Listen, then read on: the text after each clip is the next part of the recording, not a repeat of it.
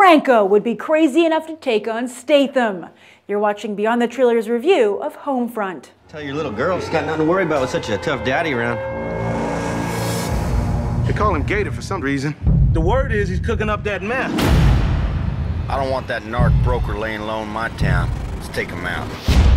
Happy birthday to you. Happy birthday, dear Maddie. Maddie! Dad, what was that?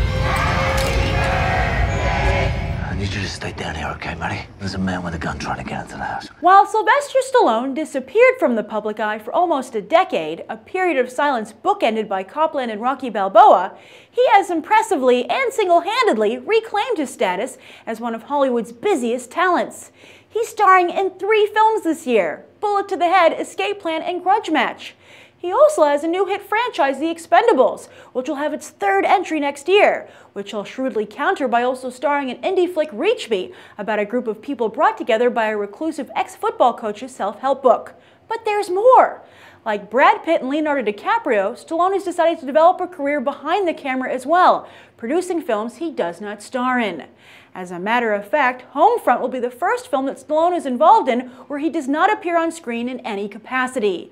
But in addition to producing, Stallone has also written Homefront. A newfound reliance on screenwriting at this stage in his career would be coming full circle for the actor, who jump-started his career in the first place by writing Rocky, for which he was nominated not just for Best Actor, but also Best Original Screenplay. So, who is in front of the camera for Homefront? Why, none other than Stallone's Expendables co-star, Jason Statham. But interestingly, James Franco co-stars, continuing his personal style of eclectic career choices. Kate Bosworth and Winona Ryder round out the cast, while director Gary Fleder, perhaps best known for Kiss the Girls way back in 1997, directs. So yeah, no box office heavyweights here, yet these days Stallone isn't exactly a box office heavyweight himself. Would the movie have been better off with him on screen? Letting his work fly without him is indeed a leap of faith, but one he needs to take to try and ensure career longevity. This is actually a pretty good movie. It's not anything to write home about, but at the same time, Statham, Franco, and Stallone are all known for putting out some real turkeys. And refreshingly, this is not a turkey. And I think that's because it's so well cast. Statham and Franco are playing their usual type of roles, but each with enough of a twist to make it interesting. Like Statham as a dad with a daughter he's taught to kick butt as well as he can, or Franco as a loopy bad guy. Also, Kate Bosworth and Winona Ryder are so good here in their roles as these kind of bad guy women, particularly Kate Bosworth. She really impressed me. This is the best job I've ever seen her do in a film, and she has totally found her calling as a bad guy. Too bad, though, that Stallone kind of waters down both of their roles towards the end of the film. And speaking of Stallone, his fingerprints are all over this. I don't know exactly when he got so into motorcycle culture, but this totally seems like it's something that could be a spin-off of The Expendables. Like, what happens to Statham's Lee Christmas between missions?